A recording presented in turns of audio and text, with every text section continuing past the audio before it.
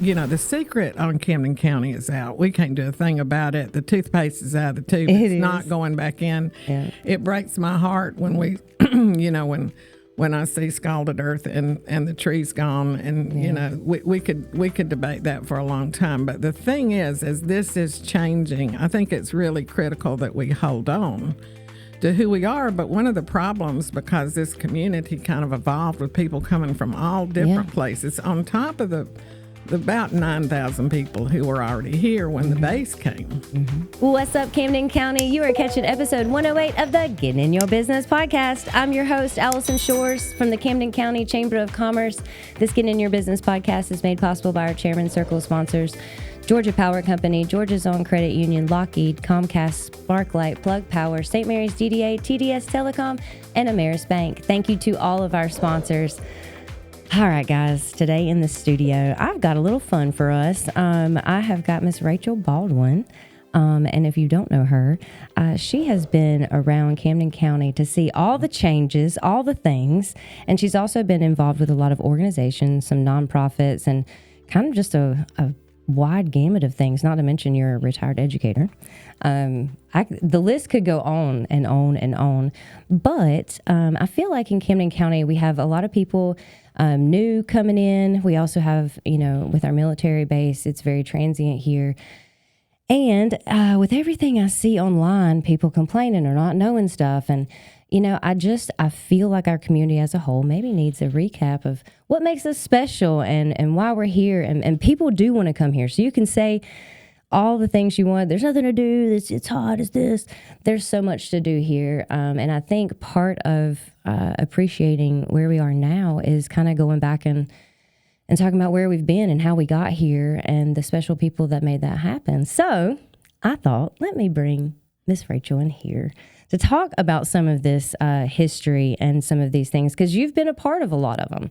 So I don't even know where to start other than, first of all, thank you for agreeing to do this.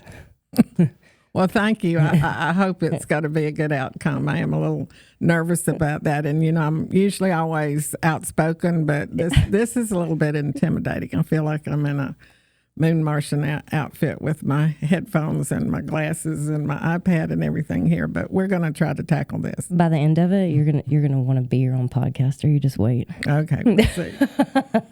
All right, so let's start. When did you get to Camden County? I came in 1987. I'm a Georgia girl. I grew up in Atlanta.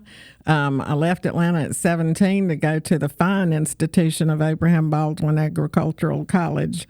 I made a 2-year college, a 3-year experience. I did transfer to Athens, but that was to work. Yeah. And that was really when my working career started. I had a 2-year degree from ABAC in food management, so I was in the food business. So before Rachel Baldwin became an educator, she was in the food business. Yes, and I was never, ever, ever, never going to teach school, ever. Me either, but I didn't. I had sworn it off for other people. That was nothing that I wanted to tackle. Yeah. But in my work experience, I encountered a huge need for workforce development. I didn't have that word for it at the time. I just knew that the people that I was challenged to find qualified people and people that could follow directions. I had that same experience years later when a lot of things had happened, but I was teaching 6th grade, and I realized there was a huge need for, learning and learning to read correctly, sequencing, being able to distinguish between facts and opinions, all of the things in the classroom related to what I had experienced in the workforce. And Hang on just a second. You said something about facts and opinions, telling the difference. I wish you could go back and teach that course now, because I feel like... Well, that was actually a 6th grade standard when I first started teaching, and now with social media, it's something that we have completely forgotten about. I didn't realize at the time how important that was. But God has a really unique way of laying out your life, and whether you're paying attention or not, things are happening. And at the age that I have become now, which I don't know how that happened that quickly, I've been able to reflect back that's how these things were coming together. And it all, it all became connected in some way. Mm-hmm. So between Athens and St. Mary's, I had lived in Tifton, Ashburn, Alma, Fitzgerald. I'd lived all over South Georgia, being an Atlanta girl. Mm-hmm. And came to... I had actually visited Camden County maybe in 1975, which that's part of our little timeline here. The President Nixon signed paperwork that allowed Cumberland Island to be run by the National Park Service. And on a college... So it hasn't... So that was in the 70s? Yes, that was around... I'm having trouble finding my timeline. But anyway... Nixon was the one that approved that, the National Park Service taking over Cumberland Island. So we came down on a college weekend, and when I pulled up to 17 and 40, there was no light. What? There was a great big stop sign propped up on sandbags. And I can remember. At 17 and 40? Yes. Okay. No light. And I saw the marriage and blood test sign. And I kind of didn't understand what that was. I looked down 17, and it just, quite frankly, looked like the most forsaken place I had ever been. And I'm thinking, who would live in a place like this? And, of course, I've lived about 4 blocks from there for the last 40 years now. But as we went to St. Mary's, when we got to exit 3, it wasn't an exit. It was an overpass, from what I remember. And there was nothing but trees once you got past what we call 5 Points in Kingsland. There was really nothing but trees until you got to Dark Entry Creek.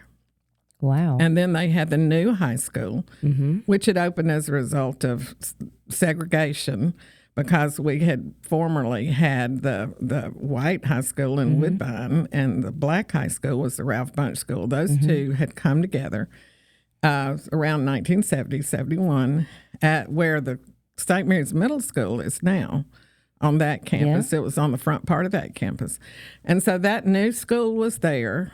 You could tell it was a school, but there was not much landscaping or paving. It was kind of rough. Mm-hmm.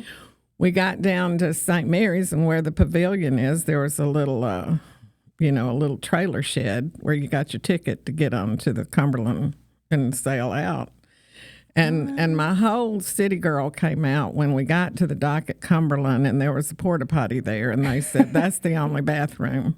And if you're not back here by 2 or 3 o'clock, you get to spend the night here, which made me not even wanting to leave the dock. Right. They said the beach is right over there. Right over there. Right over yonder, whatever. And if you've ever been to Cumberland, it's not right over there. Yeah. It's through a lot of gnats and, horse, debris. Yes. And all kinds of things. And we had brought us a nice little picnic lunch, and I thought we were just going to eat at some little, cafe or something. Yeah. I don't know what I thought, but it was quite the experience. And so I made sure we were back in time for that boat, because I was not spending the night. Well, my first experience with Cumberland Island, my dad brought me over here when I was probably 8. And so we could spend the night on Cumberland Island. So we came over here. This is, late 80s, very early 90s, probably late 80s.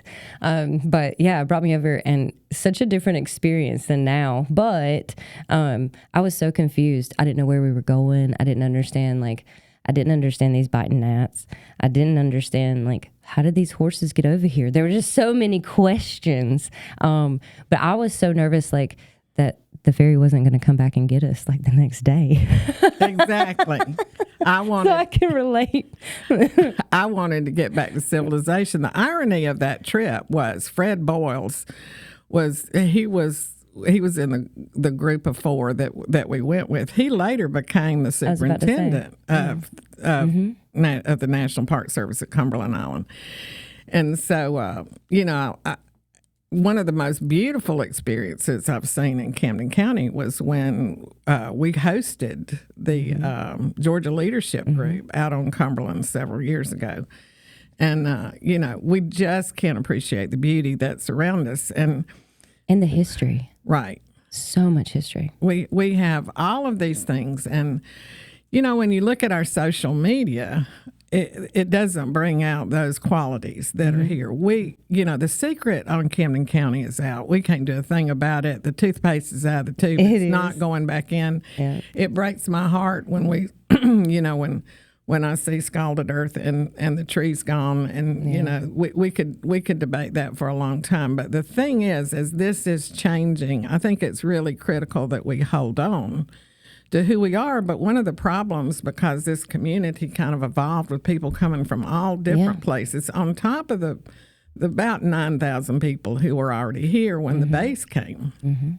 And so, when the base came in the late 70s, early 80s, there still weren't many people here until about the 90s. And that was about the time I came, because when I came in 87, teachers in Camden County were among the highest paid in the state, so that was attractive, But it was kind of like the Wild West.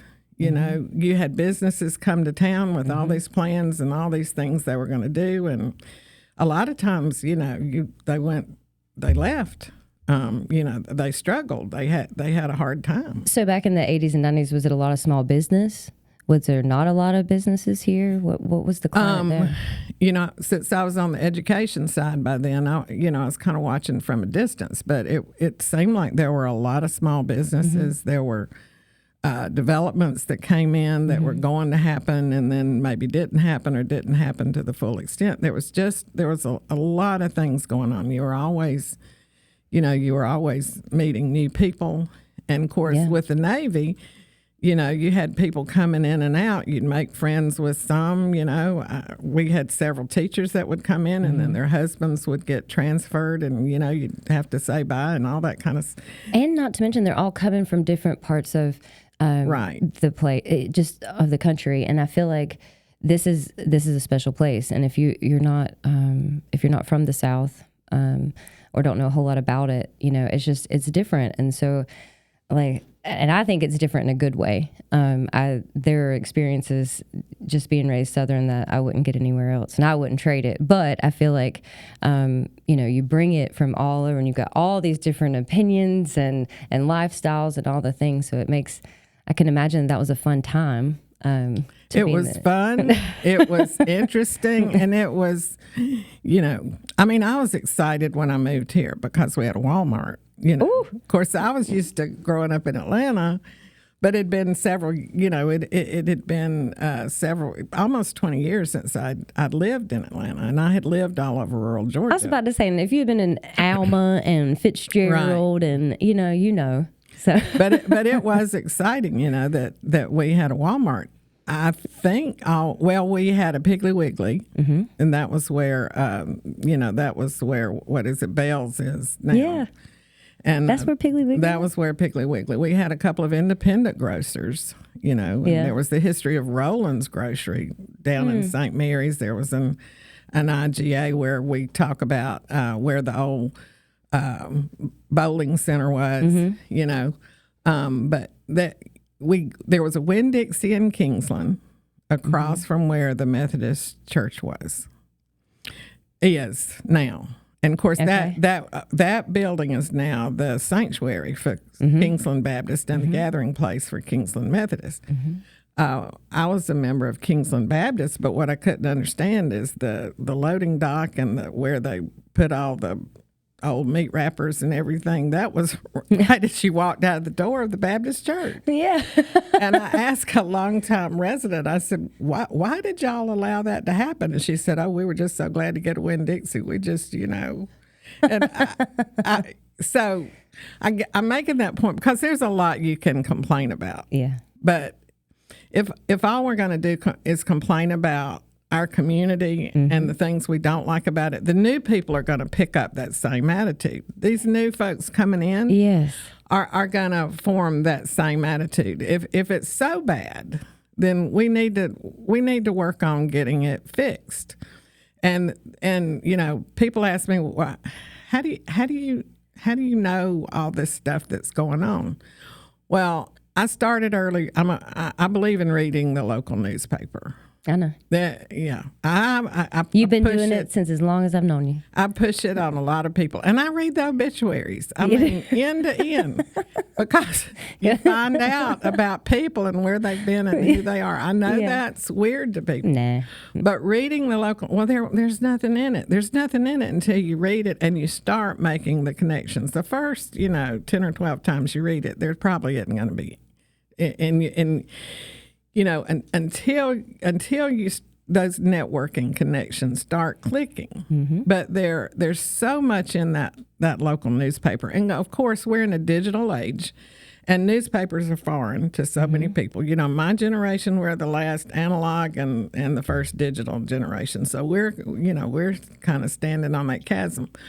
But newspapers are to me, are still important. And, I've looked at our other communities that have lost newspapers. Waycross, I believe, lost theirs. There's Blackshear, I think, lost theirs. Mm-hmm.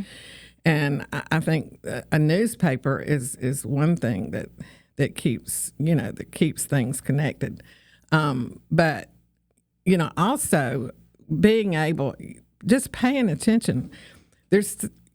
Right now, you can be at almost any government meeting you want or don't want to be at. Yeah. But, you can listen to them while you're driving, find out what's going on.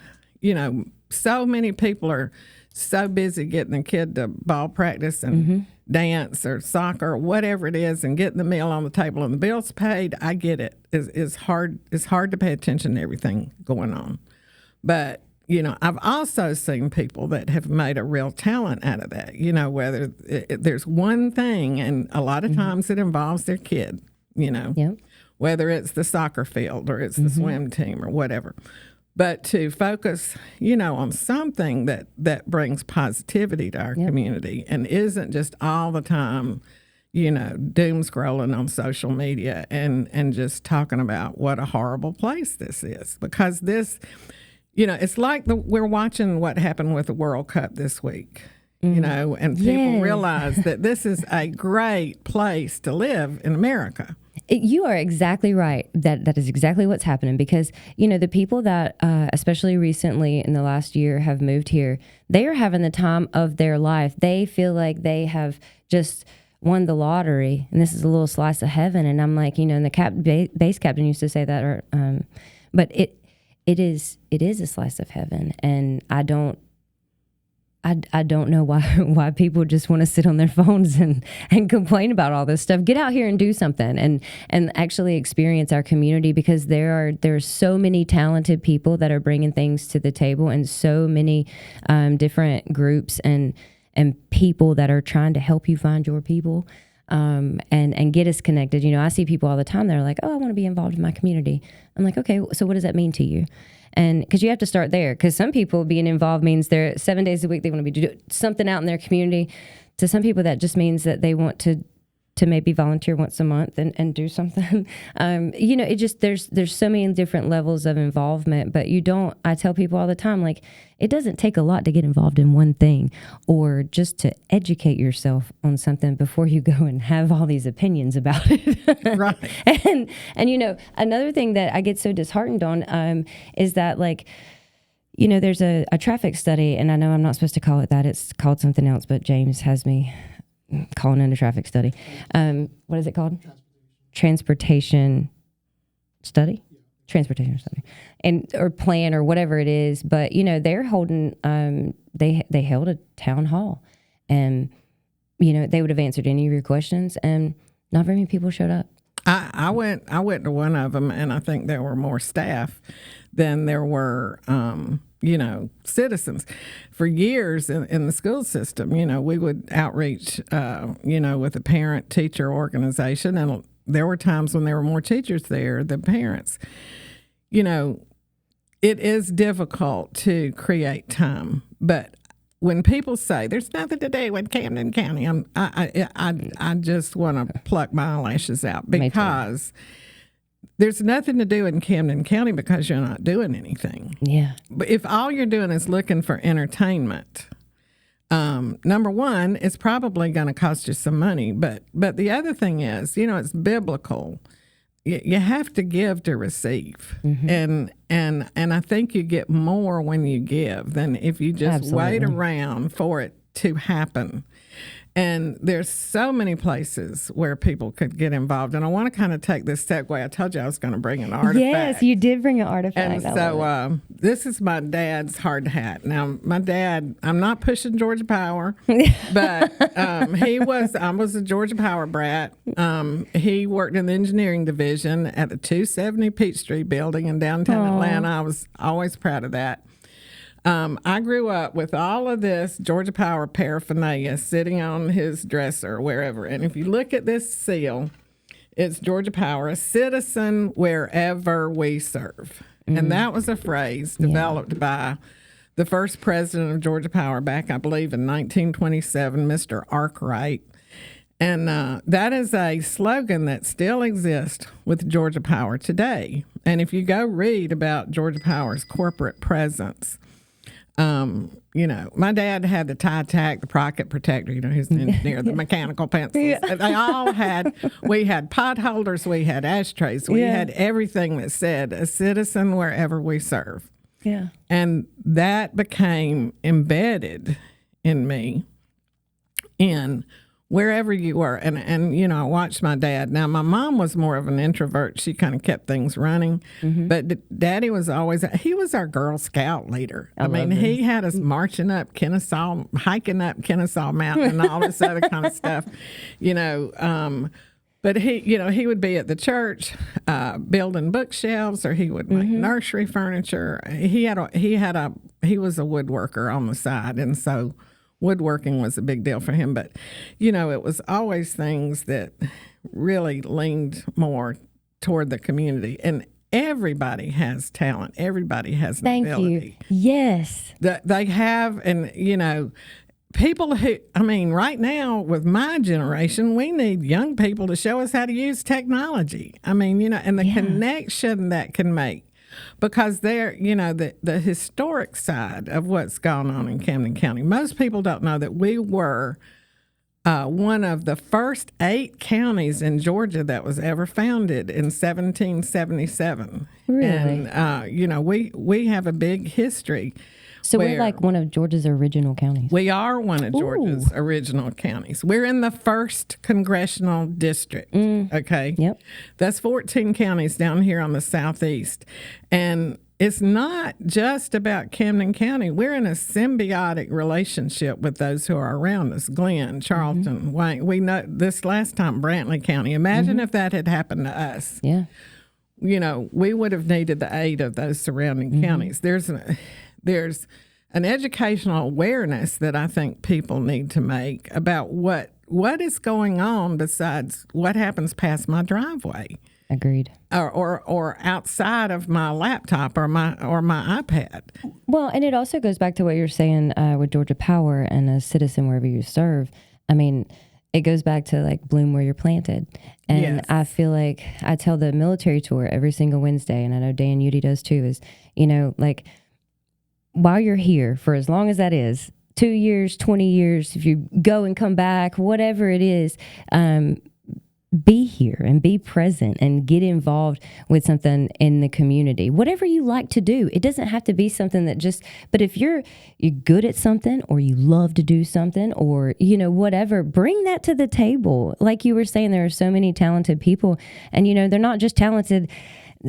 They're talented in so many things that I've just learned about people in Camden County, and I love them so much. And I don't understand why people don't want to get involved with stuff like that and get to know people. And, businesses and organizations have done such a good job, especially the last few years, about trying to get people together and doing things in a really meaningful way. Just even like a Live After 5 in downtown St. Mary's, that's happened in the last year.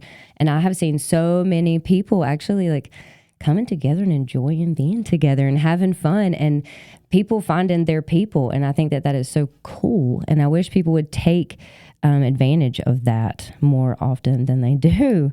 I know it's hard to meet people, but reach out. I always tell people church is a great place to start. If church isn't your thing, that there are places to meet people. And I just wish people would come out and do stuff, whether it's if you like sorting clothes or, the Salvation Army, or want to get involved in making some of these events happen in downtown, St. Mary's or downtown Kingsland. There's things to do and there's ways to get involved. And people would have a lot more fun if they would just jump in, Well, I've seen people kind of create their own service niche. You remember Ed Walker? Ed Walker was a very strong member of the chamber for several years. He's passed away now, but his thing was litter. I mean, any chance he got, he would be out picking up trash. Every April 22nd. Yes. Allison, what are we doing for Earth Day? Yes. Yeah. And you could be the king or queen of your own little kingdom on one topic, Yes. Because not everybody wants to be around a lot of people. Maybe you want to, step out on your own. But I think the reason people are, number one, they're going to use the excuse time. Mm-hmm. Time is how you manage it. But a lot of times if you're engaged, my biggest fear when I retired was going home and just sitting down and, wasting away. And I made sure I didn't do that because I think it's important to keep your mind active, to stay involved, to stay relevant, and that does get harder as you age, but it's important, it's important to stay involved. One of my most favorite movie, and it's corny, but it's still always probably going to be my most favorite movie, was It's a Wonderful Life, where Jimmy Stewart, what if he had never lived? What if he had never come along? And, we don't think of some of the things that we do as being significant. But when we look at our history of Camden County, there were significant things that had to happen, even before the base came, even before, in 1893, the railroad came to Camden County. Whoop, whoop, big time. And that actually helped Florida. So, people don't realize all that. They see the word Flagler, they don't know what it means. But Flagler was the one that got, the railroad all the way to Miami. Okay. And that's a great history to read. Pull it up on YouTube, look up Flagler. It's what got the railroad to Key West. Now, it failed, but it's what led to getting the highway to Key West. And so, there are endeavors that we can take on either on a micro scale or a macro scale. And I'd rather fail on a micro scale than a macro scale. But it's just important to see how we're standing on the shoulders of people who came before us. And we don't even know their names. And they're not around to take credit for it. The thing is about taking credit, doesn't matter who gets the credit. What matters is that it gets done. But in 1927, we got Highway 17. Now, people say, well, why do I have to get my driver's license at Woodbine? Because that was where a county seat was. And that's, I think they're working on a satellite office or whatever. But you know why it was Woodbine? You know why that was? Because you had to be a one-day's mule ride from every other county seat. Was it county seat or from every? I think it had to be from every corner of your county. It was something like that. Yeah. But one reason. Because people always ask me, and so I had to find out. And that was, it was a one-day's mule ride. And I was like, what? And so that is why Georgia has almost more counties than Texas, I think, has more than we do. But we've got 159 counties. Mm-hmm.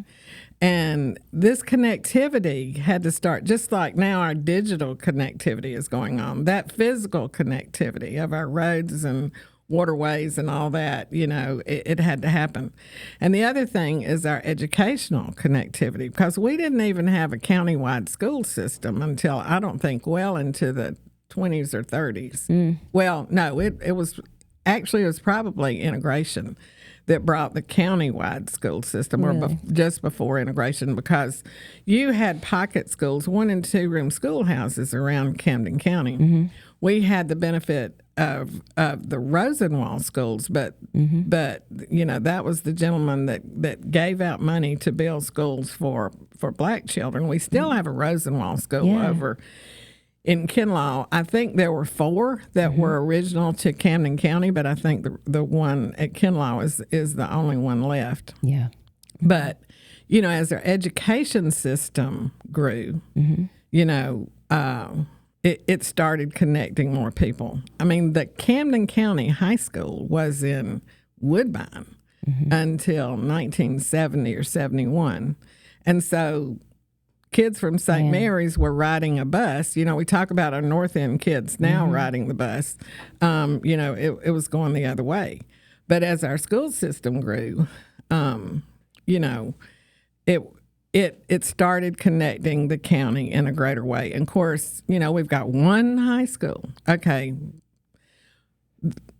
I could go on and on about the high school because I was there for 23 years. But, you know, when the mill came, because I'm going to link these two back together in a minute, but when the mill came in the early 40s, that was a boom. That was a boom for this county.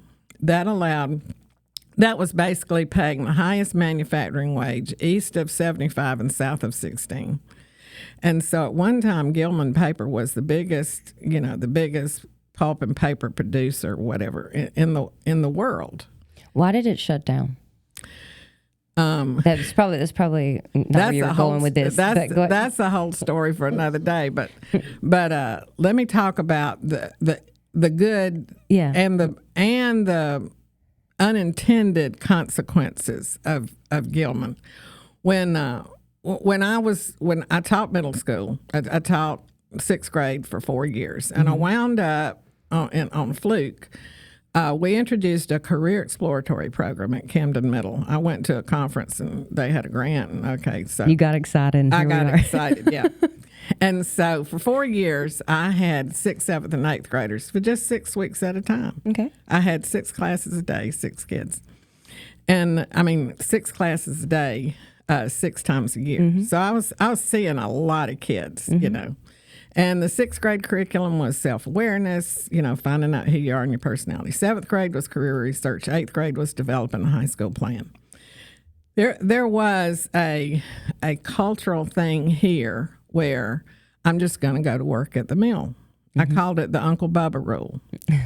And, you know, Uncle Bubba's going to get me a job at the mill. And I'm not making light of that. But for many students, academics wasn't a challenge because, you know, I'm going to go to work at the mill. Right. When I got into this career thing, you know, the grant encouraged that we participate with our local Chamber of Commerce. Well, okay, where's that? I did. Yeah. I get it. The Camden Chamber actually evolved about the same time I got here, about 1987. Now, at some point in the past, there had been a St. Mary's Chamber of Commerce. Yeah. But anyway, you know, so I started, you know, going to what they had as business after hours, you know, meeting people because I needed speakers to come into my class. Yeah. It makes sense. Yeah. You know, I needed some and hey, that's a way you can volunteer, you know, that was an opportunity. But anyway, then Zell Miller introduced a youth apprenticeship program. They wanted 16 pilot sites across the state. We applied for that grant and we got it. And we were required as a part of the training for that program to come together, all 16 of the sites that had received the grant, and visit all these places all over Georgia that were, you know, model opportunities for students to go to work. Well, it opened up a whole world for me in comparing where Camden County was to other counties all over Georgia. And the biggest thing was we didn't have a technical college. We struggled. You know, Navy campus was here, and you could go out on base and you could take classes on nights and weekends. Okay. But these were Board of Regents college and university credits. These were not short-term work readiness, trade skill opportunities. And so when I started, in 2000, I started at the high school in 1995 with this youth apprenticeship program. We weren't really paying attention to graduation rate. I mean, that seems strange, but nobody really was, I don't think, at the time. I don't think other systems were really paying attention to it. Zell Miller was. I do remember that. But our graduation rate in 2000 was 50.5%. I'm sorry, what? Yeah. Wow. That's what it was. And that would never fly now. And Gary Blunt, he had been my boss at the middle school, and then he came. He was at the board office, and then he came to the high school, and he was determined to start getting that graduation rate up. And we started doing a whole lot of things. One was the ninth grade center. I mean, his philosophy was if you can't get them out of the ninth grade, you can't graduate them. So we created a special environment for ninth graders. Which still exists today. Yes. We created block scheduling, which we went to a lot of sites and talked to a lot of people. And it was a real push because it was going to have to change the way teachers taught. But we went to block scheduling, which meant we were not on a year-long schedule. In the past, if a kid was failing a class with a 20 average in October, they were going to be in that class until May.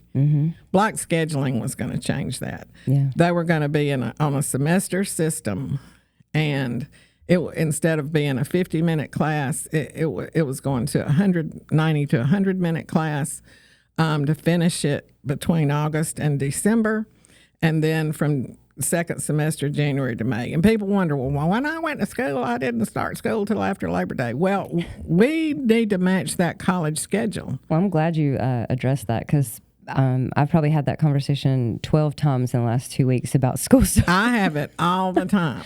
But, I mean, it is true. Like, I mean, you know, when I was going to school, we got out very early in May and we didn't go back until September, you know. So. Well, and some people have the argument, well, why don't they just change the high school? Well, because families depend on their older children to look after their younger children. You know, that was there were a lot of reasons that changed. But that whole Labor Day thing is based on an agrarian calendar. Yeah.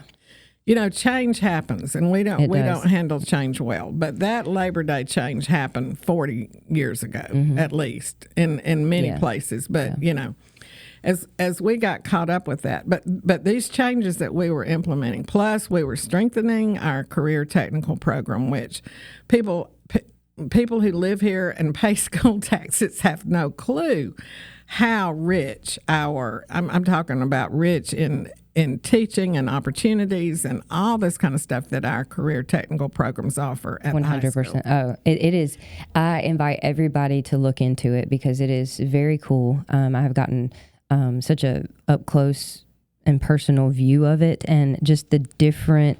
I mean, you got robotics, you've got small engine, you've got all these different categories and pathways and all these things that you can do at the high school, and it is remarkable. And these kids are smart. Yeah.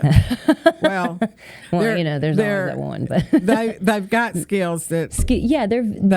Yes. And now we need to work on some common sense. I think with that generation. Listen, I've already talked to them. I'm like, listen, we got to work on a couple of things. Them talking on the phone, motivation, work ethic, those kinds of things. But they are honing in on their skills. Yes. And I think that I'm gonna be honest. I feel like that's a change.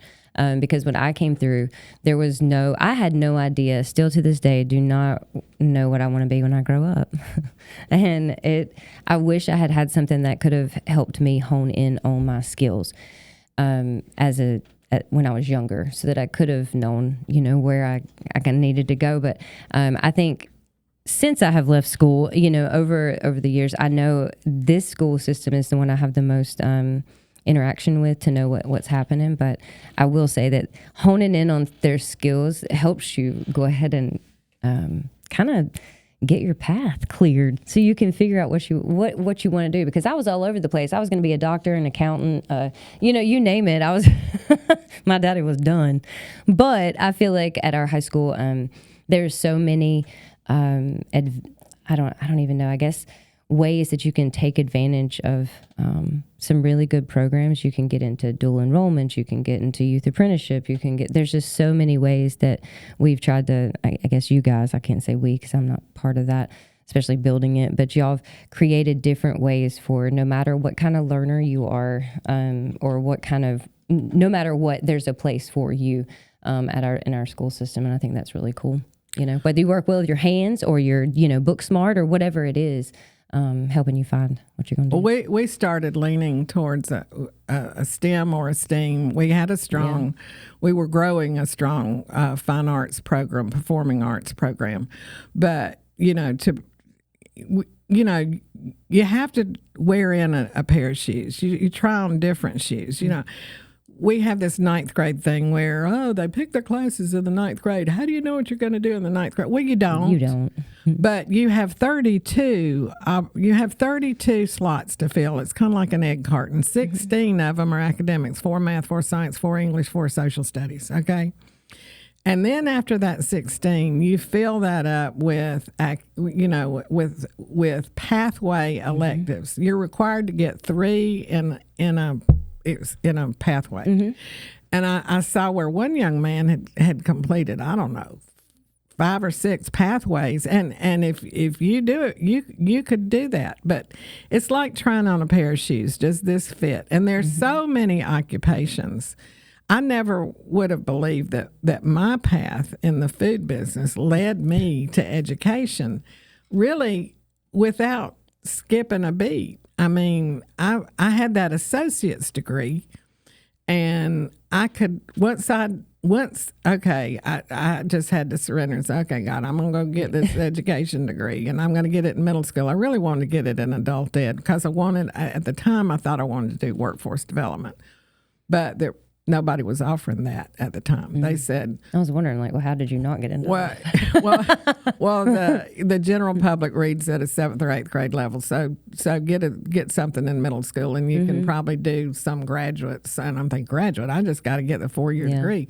But eventually I did do grad. We don't have to do it all at once, but allowing students to try and fulfill their opportunities. But back to this meal thing, we were doing all kinds of things in the early 2000s, and we were also looking at growth. How the whole academy model was based on, could you break one of those ways? Because how are you going to create our fine arts program in another part of the county? How are you going to create, our construction or our welding or an automotive lab, And so we had a lot of those discussions back then.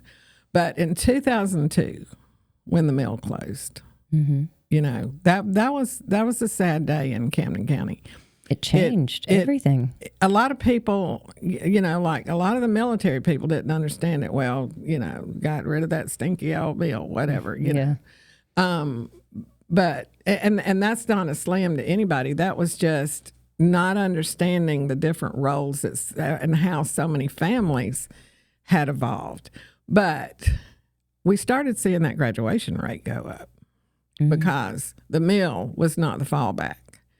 And it became a reality that, I've got to do something. Yeah. I mean, even though the mill required a high school diploma to go to work, I was just standing. I had nothing to document it with, but just observing. I feel like there were, folks that did not fulfill the full range of the high school curriculum.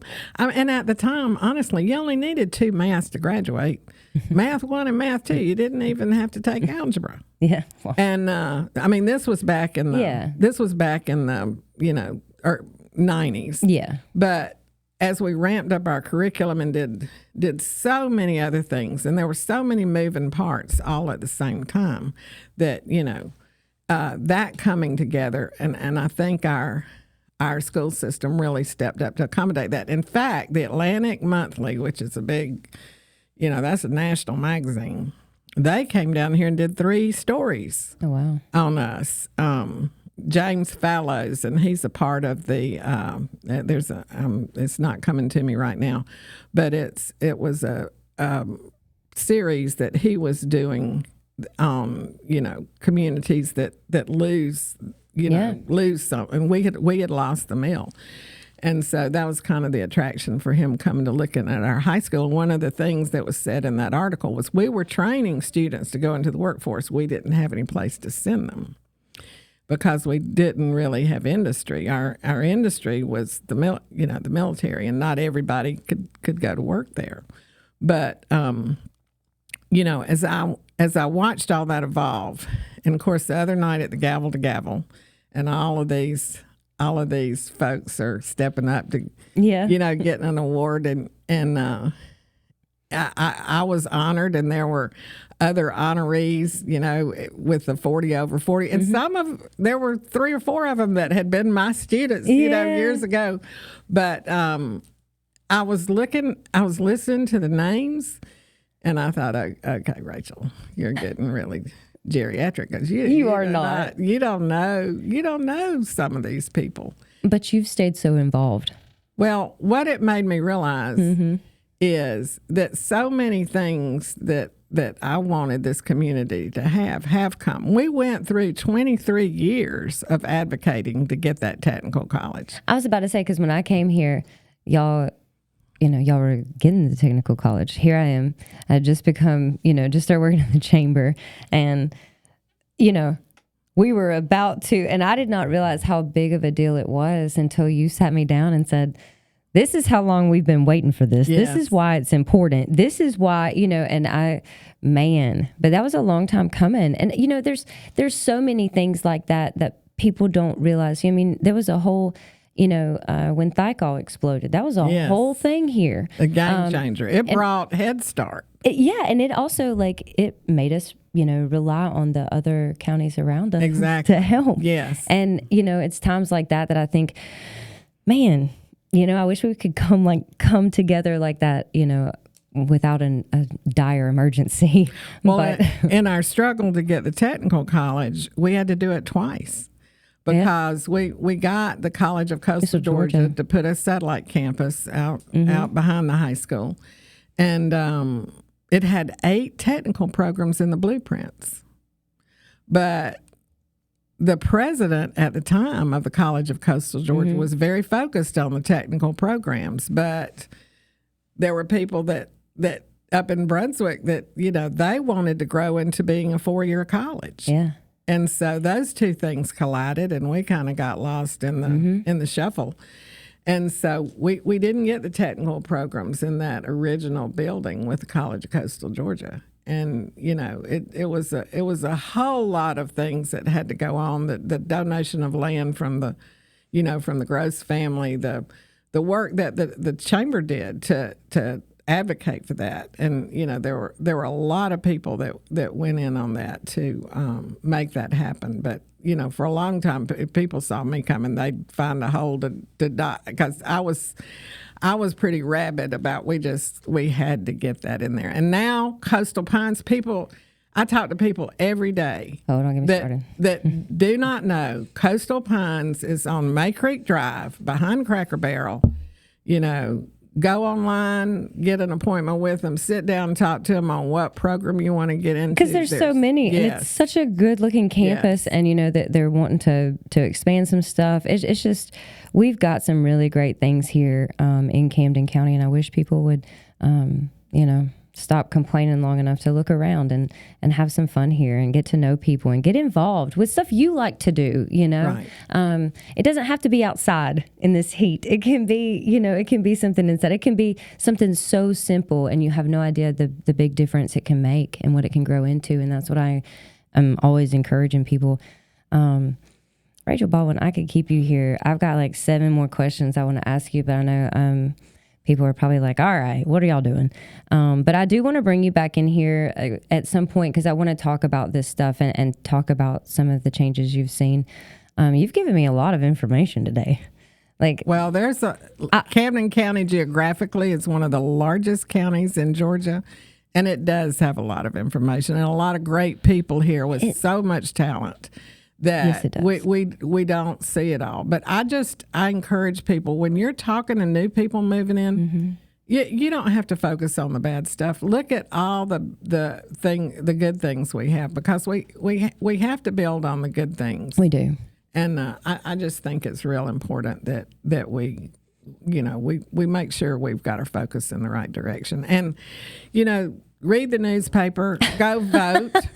We hope have Scott's an listening to election this. in November, and go vote. We have both city councils with people running on those, and the people closest to you are the ones that are going to impact you the most. We are 336 miles from the Capitol, and it's important that we stay involved with all of that stuff, and I just encourage people to figure out what their niche is, and get moving and quit waiting on the magic bullet to come along and entertain you. Step up and do it for other folks. Yes, I agree. And get involved. There are ways to get involved. And if you want to know answers to questions, ask the right people, the people that are going to know, and not just making up these opinions and then taking them as facts. I can't stand it.